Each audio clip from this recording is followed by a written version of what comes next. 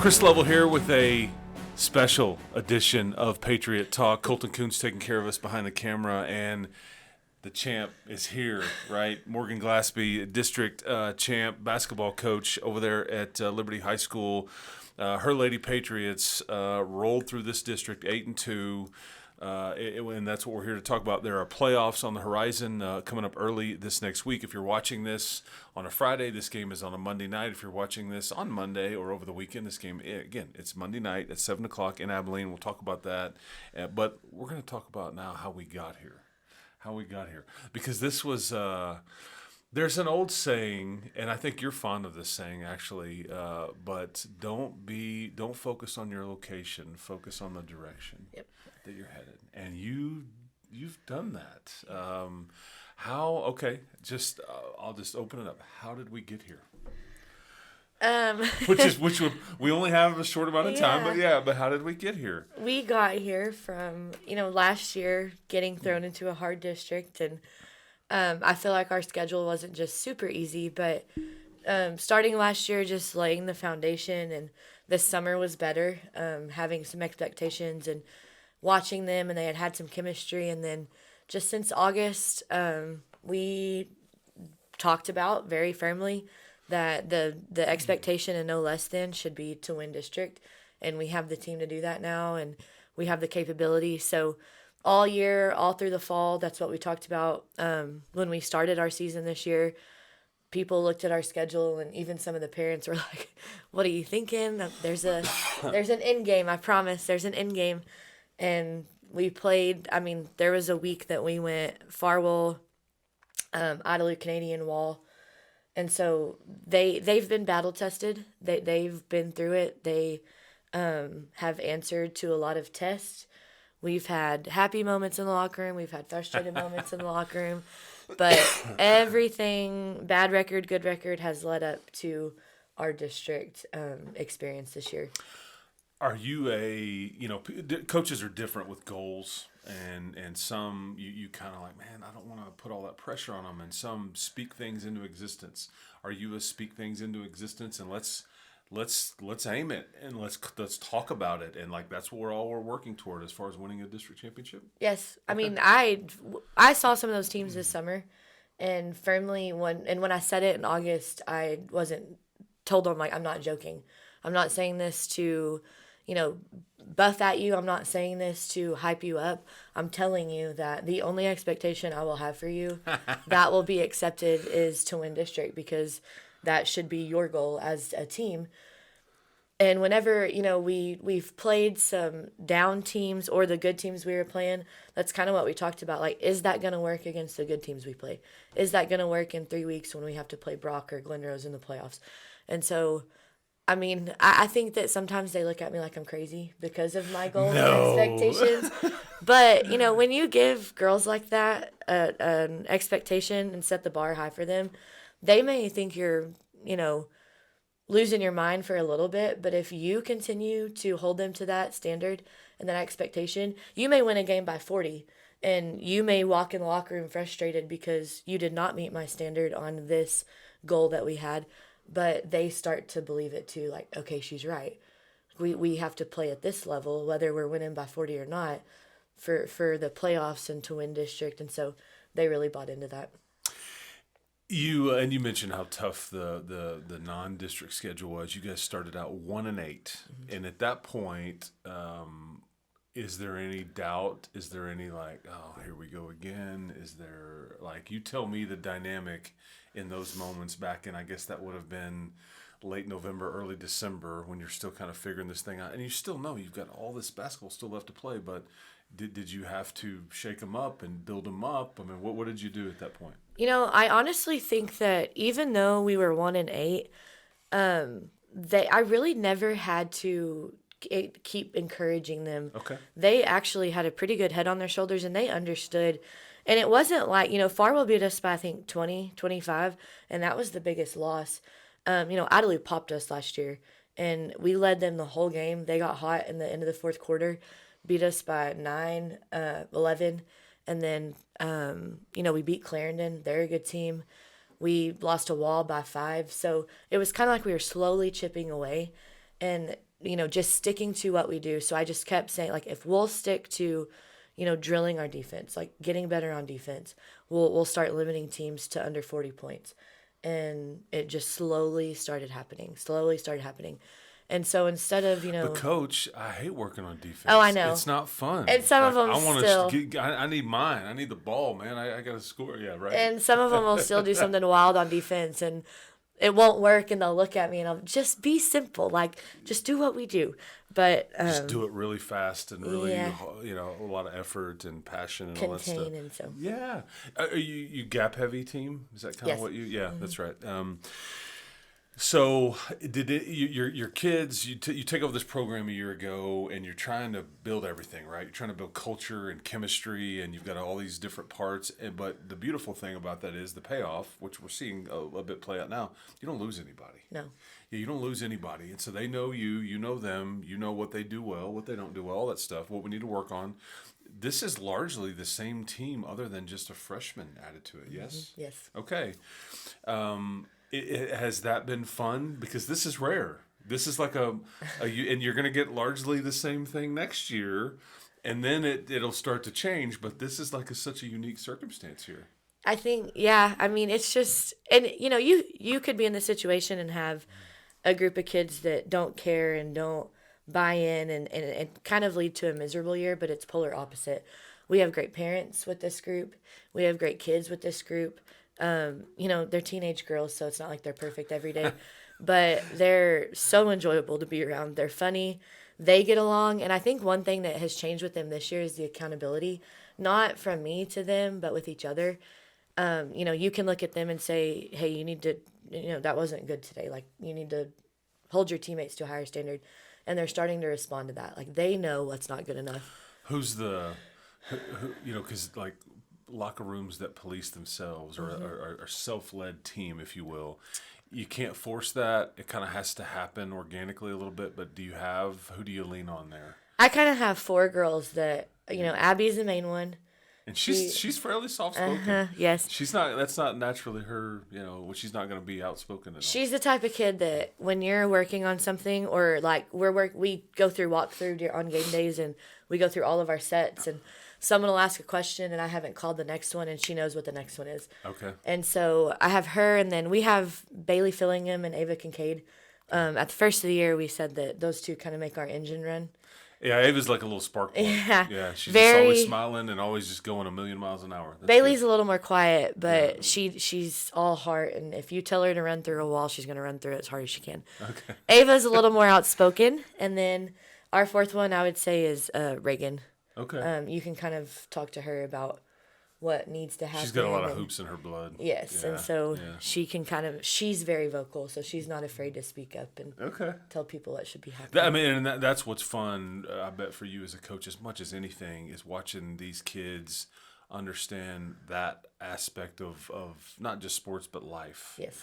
And like the responsibility and the accountability and all the things, because those are life lessons, that kids will take from, hey, remember that time when we got beat and we kind of, I don't know, we had that practice the next morning, and that's the stuff they remember. And I think that last year when we would say those things, someone would get their feelings hurt. Like, and this year it's not like that. And I think everyone knows I'm the first person that's gonna say don't get your feelings hurt, or probably don't even be on this team. I was about to say, like, is it hard to play for you? Probably yes. But I would say it probably is, but I would also say it's probably very rewarding. You also can't coach kids the way that we do without having the relationship with them. And you love them up just as much. I firmly believe that. And actually, Alyssa told a funny story yesterday about like our relationship with each other, me and her. And she's a knothead, and I stay after her every aspect of life. But she said it's kind of like a mother-daughter relationship. So I do, and I am intense, and I'm very short-wired. I want it to look a certain way. I want it to be a certain way. But I think that relationship has to be there first. And I hope at the end of the day, they know that I love them and I want what's best for them and I want them to be great. And so then we can kind of, push each other. And there needs to be. There's not enough of that in this day and age because everybody's just soft And I just and is afraid to coach kids hard. And I don't. And it's not from a bad place. No, it's just you that's what I've told them. Like, and my expectation is I want to build a program, and one day y'all won't be here. So whatever expectation I set with y'all, attitude, what I allow, it's going to carry over for the next 5 years. And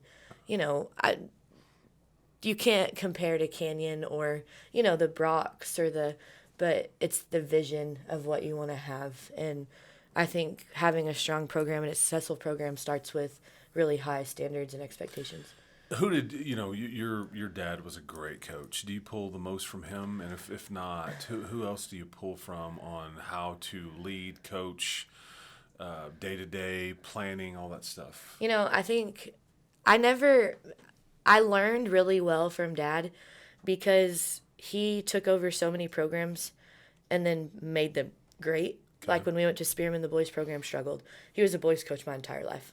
Went to Health Center, boys program was struggling. Turned it into a powerhouse. Coach Coy Smith, Texas Tech person. Yes. And then, Plainview, and then Spearman was like that. Turned it into... kind of went from football to basketball school and then took over the girls' side. And so I've just seen not just the winning part, but what does it take to get community support and build a strong program. And then really other than that, I really tie to veteran coaches. I think they're so knowledgeable, and it's partly because I was raised by an old soul. And you are that. Yeah. You are old soul as it comes. I love it. I think it's great. Yeah. So like Coach Richardson and Coach Helms are two good ones that'll always answer the phone, and Coach Marks at Canadian, we talk quite a bit. So I have some thanks to how I was raised, some really good people in my corner. And you're Tarleton's finest as well, so you've got a lot of college experience there too. I did think it's fun. While this playoff game is going to be Monday night in Abilene on the campus of ACU, and I thought that purple around you will kind of bring some good synergy there. Oh, they were in our conference. I know, but it's still. But we won't talk about that part. I just meant the color. We got beat in that gym. Okay. Well, but this year was cool because actually my college coach got to come watch me coach this year. So okay. Yeah, okay. I still have a good relationship with him. And it's funny you mentioned because you have a 2-year-old named Trey. Yes. Just turned 3. No rumor that's after. Like, 3 ball, guns up, all that stuff. There's no truth to that. But you're expecting like any day? A week and a half, yeah. Any day. Any day. So do we know what we're having? Little girl. Okay. Do we have a name and all Lila. that? Okay. Yeah. Do you now? You've said that you're a man-to-man defense. You realize you're gonna have to play some zone at home. Yeah, it's gonna mix in some zone principles. I know. And you and your husband KJ are gonna have to figure that out, right? It's gonna be a change up. Oh yeah. Yes, it will. But it's a great change. It will. Yeah, but it's a great change. Has that? With you about to have this little girl and everything all throughout the season, has that altered anything with? Not really. No? I think also though when you're like going, not yet, or not really, yeah. When you're raised in this lifestyle and it's just part of what you do. Like my birthday's Monday, and so I was born. My dad. Your birthday is on the day of this playoff game? 31. Oh my gosh. This is all like, there's just too much happening here. I know. I forgot I had a birthday actually. Someone reminded me of it the other day and I was like, oh my gosh. But like my mom and dad were told not to travel. They went to watch Coy play the day before my birthday. And, when I had Trey, I coached the district championship the day before. And right back, we were in playoffs the next week. And so, it's just tough, the way that year. And that's what, when I got pregnant, I actually called my mom and I was really upset. And what have I done? She was like, hey, we're used to it. Like, this is just what you do. Yeah, part that's of right. It. So. This is what we do. Toughness right there. I love it. Okay, so the other thing is like, was there a moment whenever because you won this game to win the district fairly lopsided, but was there ever a moment where you're like, you got to sit back and enjoy and like appreciate, because Liberty Caitlin had done it. Obviously, Joe with golf had done it. But this is starting to build where there's starting to have some little tradition going and some winning going and all that. But did you get yourself in a spot where you could sit back and enjoy it at all? Yeah, I think or so. Was it the next day or something? It was kind of the next day. You know, Okay. we did coaches versus cancer, so everything was kind of hectic I got that night. But there were a few moments this year where I got to sit back and enjoy it, and I think that sometimes these girls were not downplayed, but you know basketball wasn't expected to be the strongest sport, and really like everyone knew we'd have volleyball talent, and no one really knew the talent we would have in basketball. But I'm just a firm believer that talent or no talent, not no talent, but you can build a team with what you have.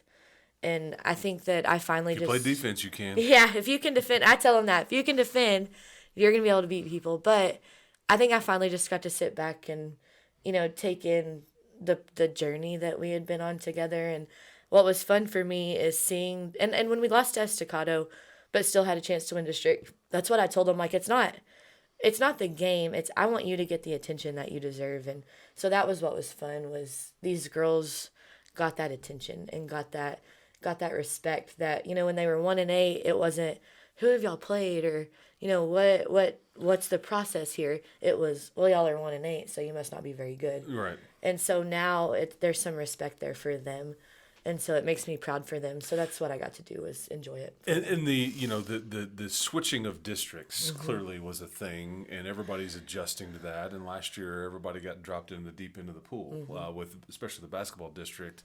And everything, and then you go into this new one, and there's some unfamiliarity and all that stuff. How was that changed for you, just in general, looking back on it? Really, Because you're in the same district again next year, and it's in all that stuff. I mean, it's different travel, different places. and it was different for me because, you know, weirdly, I've been 3A my entire life. I was born and raised when it was 2A then, but born and raised 3A, so I know all these schools and I'm comfortable with them, and I can tell you who's going to play who in the playoffs. And when I first started coaching, I went 2A but went back 3A my second job, and so being in 4A was a little bit different, just matchups. And you know, I've never played at Levelland. You've heard about them. It's just I never played there. Estacado, heard about them, never played there. So I enjoyed it, just getting to scout different teams and not wake up on Tuesday and be, oh, we got to scout Shallow Water today. Oh my God, we got to scout Idly today. And so, and I hate Shallow Water. I was born to hate Shallow Water. Sorry. I love My it. brother lives there now, but unfiltered right here with. My grandmother will not wear a Shallow Water shirt. She refused. And my brother and my sister-in-law teaches there. They are Shallow Water people now, but it's just Hell Center, and back in the day, that was a huge rivalry. Good old-fashioned sports hate. There's nothing wrong with that. So, and then last year, too, we had Abernathy.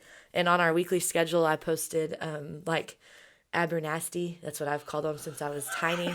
And I had a dad come up after and was like, did you know you misspelled Abernathy? No, I didn't. No, I did not. So that was fun, but it was nice seeing some new faces. And I think it was rewarding for the girls to always hear about Levelland and then sweep them in district at home and at Levelland.